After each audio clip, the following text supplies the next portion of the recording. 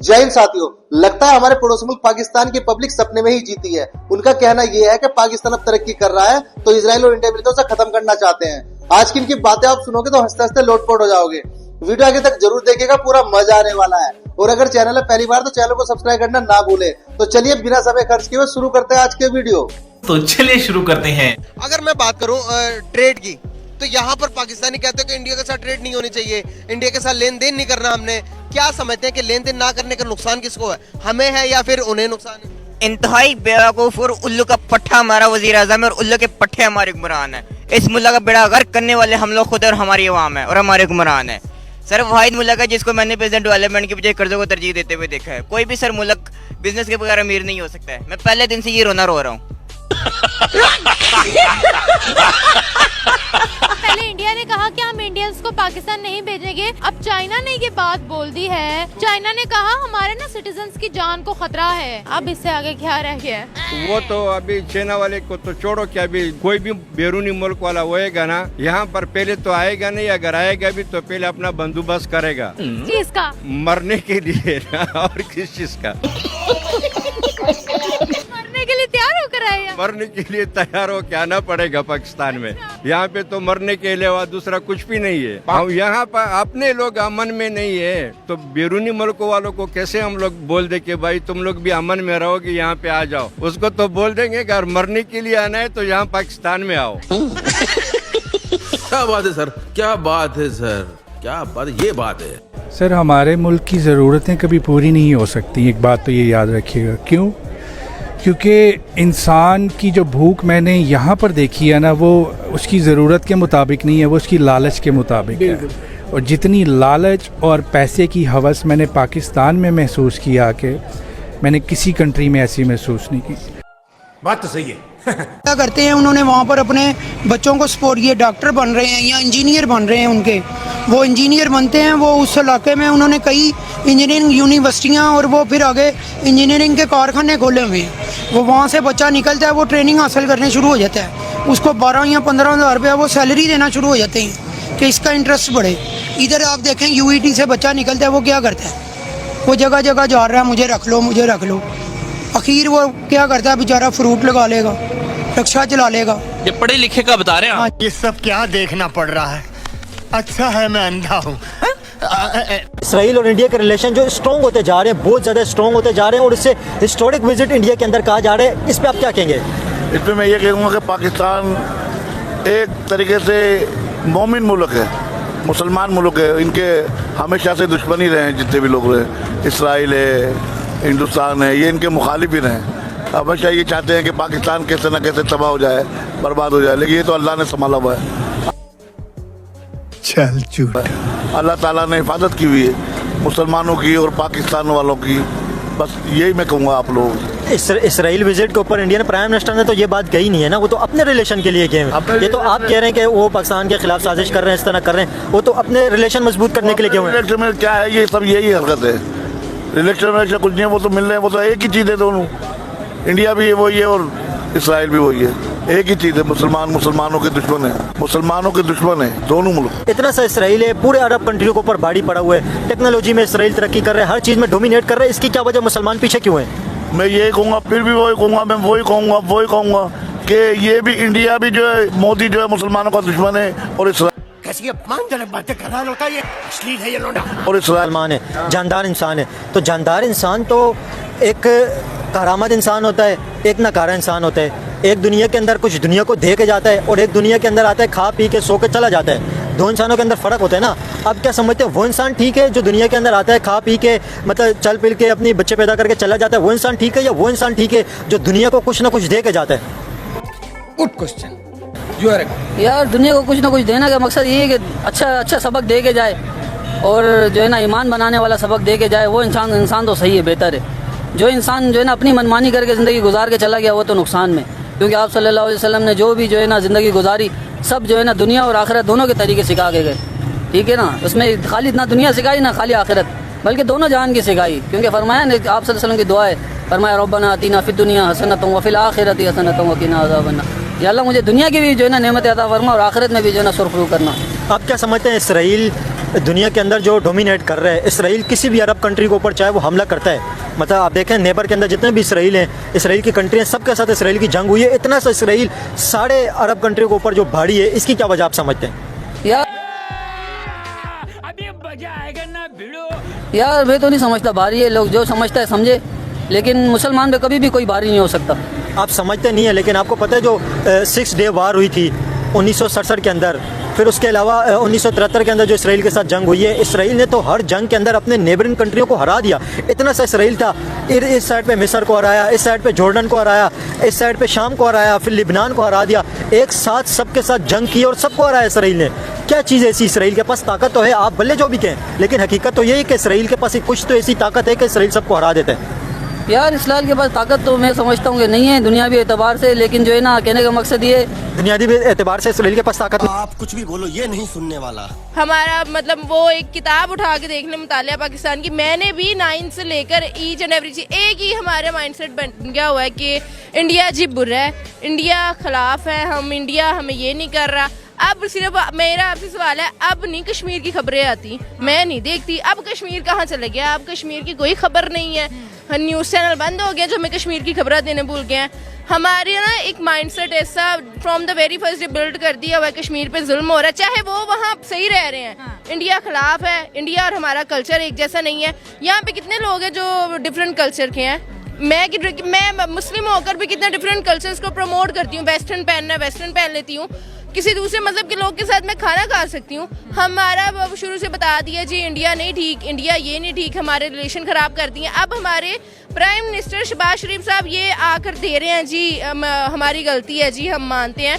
मतलब आप ये करके अब मान रहे हैं। दीदी वाह दीदी, नहीं दीदी वाह दीदी। पता है ये जो सुपरसोनिक मिसाइल है जिसको ब्रह्मोस मिसाइल का नाम दिया गया है, ये रशिया और इंडिया का मुश्तरका मिसाइल है, ठीक है, दोनों ने मिलकर तैयार किया हुआ है। और उन्होंने कहा कि हम उसी को ही बेचेंगे जिनकी हम दोनों के साथ ताल्लुकात बेहतर होंगे, जिनकी हम दोनों के साथ दोस्ती होगी। तो देखिए उन्होंने अपने नाम के साथ साथ रशिया का नाम भी रखा है, ठीक है, इसलिए रशिया उनके साथ ऑयल की ट्रेड भी करता रहा, ठीक है, इसलिए रशिया उनके साथ अब ये अपने क्या कहते हैं मिसाइल के मुआहदे में भी काम था, साथ था, ठीक है। तो मेरी नज़र में देखिए इंडिया के साथ दोस्ती करना इस टाइम मेरी नज़र में जो है ना वो अपने आप को डेवलप करना, अपने आप को क्या कहते हैं बढ़ाना चढ़ाना है, ठीक है। तो मेरी नज़र में रशिया जो है वो एक लकी कंट्री है, क्या कहते हैं, जिसने अपना इंडिया के साथ बना के रखी है। इंडिया ने अपने आप को नॉमिनेट नहीं किया कि जी मेरा मिसाइल है तो मैं अपनी मर्जी से करूँगा। उन्होंने फिर भी मुद्दा रखा कि रशिया के साथ जिसकी दोस्ती होगी उसके साथ हम अपनी दोस्ती करके उसको मिसाइल सेल करेंगे। बस हवा निकल गई। अच्छा, बहुत सारे लोगों का ये कॉन्सेप्ट है कि इंडियंस अच्छे नहीं होते, लेकिन आपसे मैं जब से बात कर रही हूँ, आप इंडिया के खानों की, उनके कल्चर की, उनकी नेचर की बात कर रही हैं कि वो बहुत अच्छे हैं। थोड़ी सी लाइफ है, उसमें भी आप अगर दुश्मनी फैलाओ तो फिर क्या ही करें। इतनी सी लाइफ है, उसमें आप प्यार मोहब्बत बांटो। अगर वो ऐसे नहीं है तो आप ऐसे बनो कि उन्हें आपसे खुद ब खुद प्यार हो। और मेरा ऐसे नहीं है। मुझे तो बहुत अच्छे लगते हैं पर्सनली, कि मैं तो बड़ी फैन हूँ उनकी, कि वो उनमें बहुत ज्यादा लिटरली एहसास, दिल उनका बहुत अच्छा है। और जिनको नहीं पसंद भाई उनकी अपनी अपनी लाइफ है, जो मर्जी करें, लेकिन मुझे तो बहुत हम प्यार बांटते हैं। हम ये नहीं कहते कि वो बुरे हैं या अच्छे हैं, वो जैसे भी हम, उनका माल है हमारा। इंडियन भी पाकिस्तानियों से बहुत प्यार करते हैं, उनमें बिल्कुल नहीं होता कि यार ये इंडिया अल्लाह को मानते हैं, नहीं, उनमें बिल्कुल ऐसा नहीं। वगैरह अपना अपना मजहब है यार, ठीक है, ओके। लेकिन हमारा मीडिया तो कुछ और ही दिखाता है, कुछ और ही बताता है।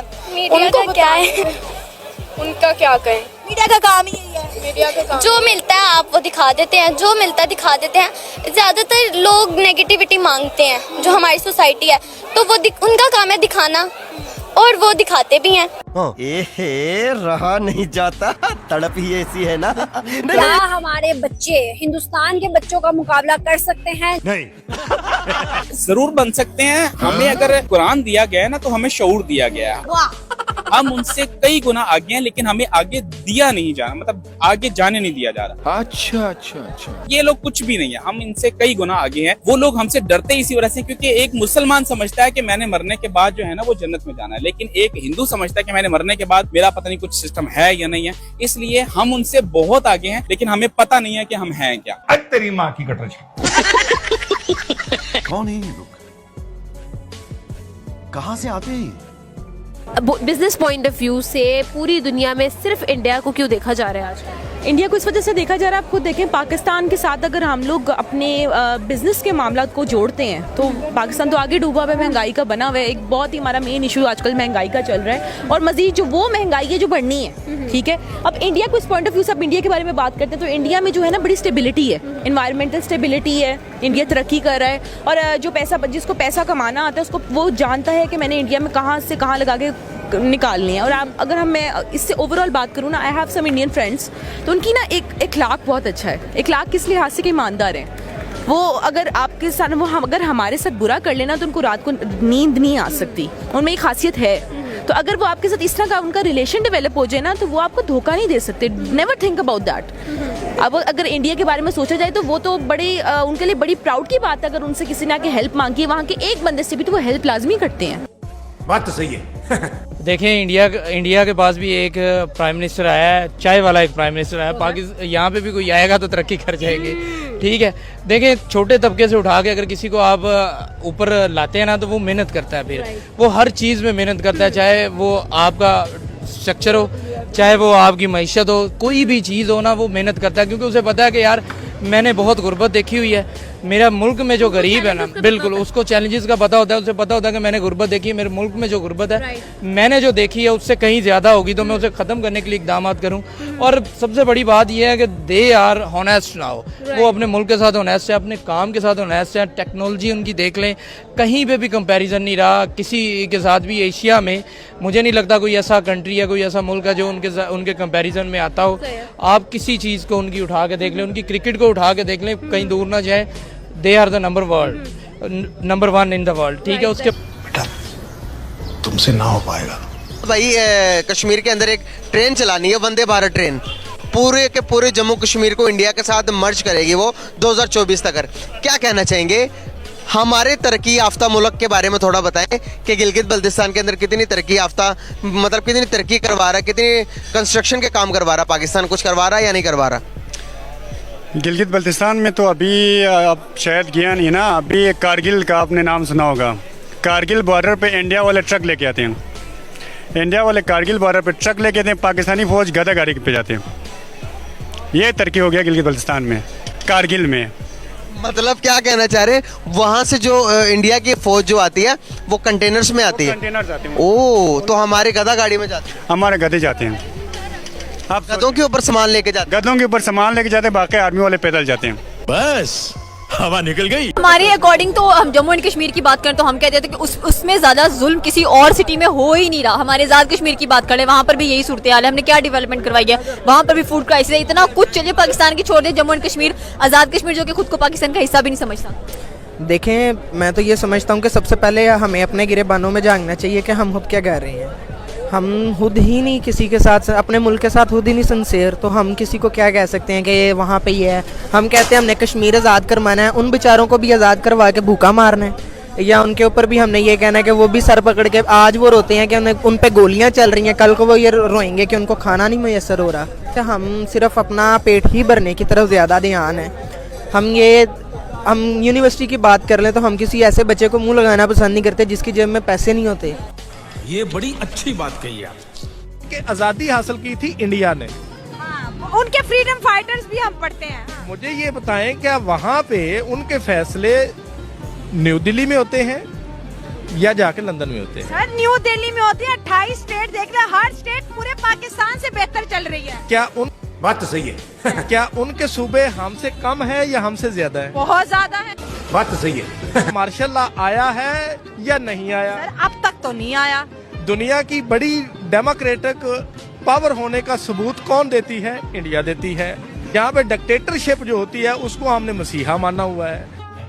अच्छा आपकी औकात बता रहा हूँ सर, बुरा नहीं मानना सर। बात है कि महंगाई जो आम बंदे का लाइफस्टाइल है, जो इसको इसकी चक्की में पिस रहा है, 16 माह की कारकर्दगी के बाद अब आप 5000 का नोट जेब में लेके फिरें तो उसकी वक़्त 500 रुपए जितनी है। सही हो गया सर। देखिए 5 फरवरी आने वाला है, यहाँ पे हमें बोर्ड आएंगे कश्मीर तू साला भोला दिखता है लेकिन है एकदम होशियार हो लुच्चा। है कि डॉलर खत्म हो जाए और इंडिया बहुत ज्यादा इस चीज के लिए मोटिवेटेड भी है कि ब्रिक्स अपनी एक करेंसी लॉन्च करे, क्योंकि देखिए अगर मैं सिर्फ ट्रेड की बात करूँ ना, दुनिया में हर बंदा बड़ी मार्केट पे बैठा हुआ, गल्ले की मार्केट है और पैसे के मार्केट है, उसमें देखिए इंडिया और चाइना की ट्रेड 130 बिलियन डॉलर की है।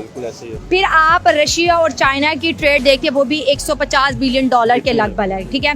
और रशिया अपने आप में जितना ऑयल बेच के कमा रहा है वो तो आपको पता है, एक तरफ से वो चाइना को ऑयल बेच रहा है तो दूसरी तरफ वो इंडिया को बेच रहा है। इंडिया अपनी चीजों को एक्सपोर्ट करके नहीं अमेरिका से कमाता जितना वो ऑयल से और अगर तीनों कंट्रीज की पॉपुलेशन मिला लो तो ये 3 बिलियन के करीब पॉपुलेशन बन, अगर 3 बिलियन 3 मुल्क बना रहे हैं और अगर ये करेंसी लॉन्च करते हैं तो डेफिनेटली डॉलर का बड़ा खतरा है। और इंडिया ये बहुत जल्द करने वाला है, क्योंकि जहाँ पहले इंडिया को लगता था कि मैं यूएस के साथ बेस्ट पार्टनर बन सकता हूँ, और इंडिया को चाहिए भी था, क्योंकि एक तरफ अगर यूएस हमारे पास पावर शिफ्ट करता है तो दूसरी तरफ वो इंडिया में भी वही चीज़ें ट्रांसफर करता है, तो रीजन के अंदर जो पावर है वो बैलेंस ऑफ नहीं होती। लेकिन अब जैसे इंडिया ने खुद ये माना है, देखिए उनकी मीडिया पे ये सबूत मौजूद है कि यूएस ने हमें कॉर्नर कर दिया है, यूएस हमें एज ए एनिमी ट्रीट कर रहा है, तो फिर ज़रा दुश्मन का दुश्मन तो अमेरिका की तरफ से और भी सैंक्शन की जो है ना वो धमकियां आ रही थी इंडिया। देखिए अब और इसके अलावा तो कुछ है नहीं। देखिए मैं बताऊं, जब 50% लग गया ना, इसका मतलब है कि यूएस मार्केट के दरवाजे इंडिया पर हमेशा के लिए बंद हो गए।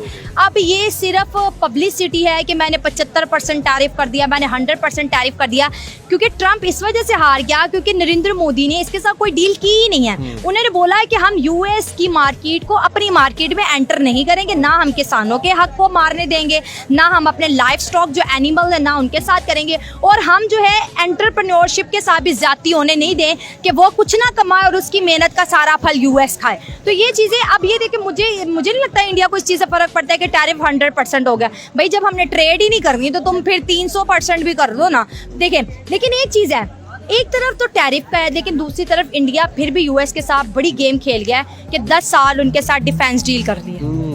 ये बड़ी डील है ये अब देखिए डिफेंस से बढ़कर एक तरफ से मामला गड़बड़ चल रहे हैं और एक तरफ से जो है ना वो डील। हाँ अब ये डील है देखिए, जिसमें इंडिया को F-35 भी मिलेगा, इंडिया को जी लेटेस्ट टेक्नोलॉजी भी मिलेगी।